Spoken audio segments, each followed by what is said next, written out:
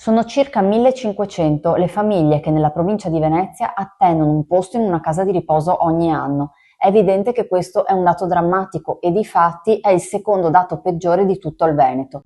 C'è un altro dato allarmante che riguarda l'Ulstra Serenissima. Abbiamo le rette più alte di tutto il Veneto.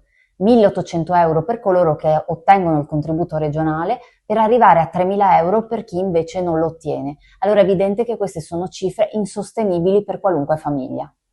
Secondo i dati regionali del 2025, nella città metropolitana veneziana ci sono quasi 1500 anziani non autosufficienti in lista d'attesa per l'ingresso in una casa di riposo. Si tratta di un triste primato perché soltanto l'USL 9 di Legnago nel Veronese ha un numero di anziani non autosufficienti più elevato, costretto ad adattarsi all'assistenza domiciliare che fatica a dare risposte adeguate.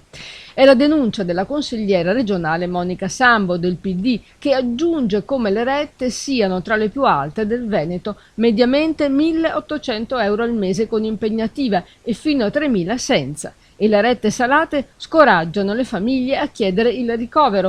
Chiederemo in Regione un impegno maggiore sia per i posti nelle case di riposo, ma anche per quanto riguarda ovviamente delle rette che sono assolutamente insostenibili.